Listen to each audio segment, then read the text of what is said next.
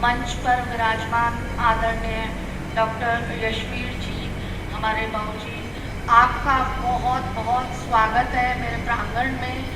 और आपका अभिनंदन करती हूँ, हाथ जोड़कर नमन करती हूँ कि आप एक छोटे से आग्रह पर एक छोटी भीड़ के लिए आज यहाँ उपस्थित हुए हैं, क्योंकि हम बहुत ज़्यादा आज बारिश की वजह से यहाँ संख्या जुटा पाने में थोड़े असमर्थ हुए, लेकिन ये हमारा आपने और मान और मनोबल दोनों बढ़ा दिया कि आप आ गए और इससे बड़ी कोई बात नहीं है। आप हमारा जो मिशन है वो सक्सेस हो गया आज ये देखकर कि आप यहाँ उपस्थित हुए हैं।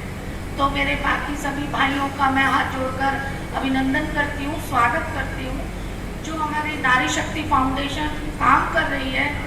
ये विशेष रूप से नारियों को प्रबल और सबल बनाने की एक योजना है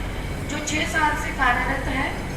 और इसका मेन मकसद यही है कि नारियां किसी विषय में, किसी क्षेत्र में पुरुषों से कम ना रहें। हालांकि आज बहुत से ऐसे उदाहरण हैं जहां महिलाओं ने पुरुषों से भी आगे कुछ करके दिखाया है और वो 2 कदम आगे हैं। जब एक महिला पुरुष को जन्म दे सकती है तो इससे बड़ा कोई उदाहरण ही नहीं है।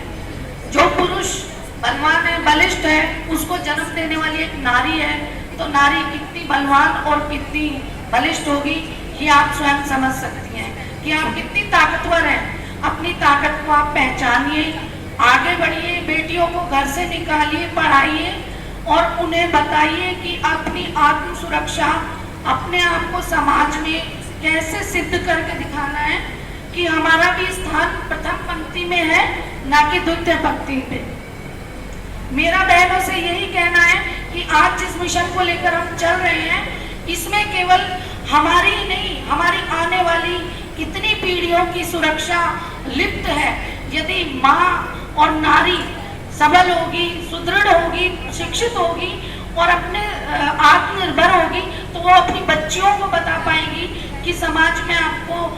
कुछ असामाजिक तत्व भी होते हैं, जीवन में मिल जाते हैं, कुछ परेशानियां होती हैं, उनसे हम कैसे लड़ सकते हैं। ये ज्ञान एक माँ, एक नारी ही बच्चों को दे सकती है, क्योंकि माँ ही प्रथम पाठशाला होती है बच्चों की। तो ये जड़ जो चलती है ये महिलाओं से चलती है और महिलाएं जब तक शिक्षित, आत्मनिर्भर और सुदृढ़ नहीं होगी तब तक समाज और देश सुदृढ़ नहीं हो सकता।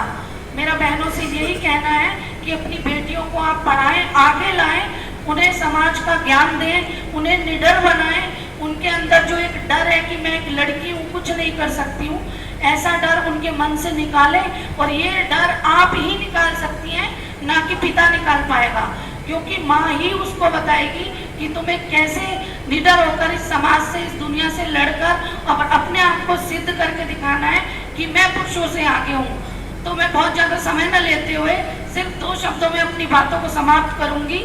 कि शब के अंधेरों को खंगाल तो कोई बात बने। ये महिलाओं के लिए है विशेष तौर से कि शब के अंधेरों को खंगाल तो कोई बात बने और एक नई खुर्शीद निकाल तो कोई बात बने और वक्त की धारा में बह लिए तो क्या बह लिए, वक्त को अपने सांचे में डाल तो कोई बात बने। धन्यवाद।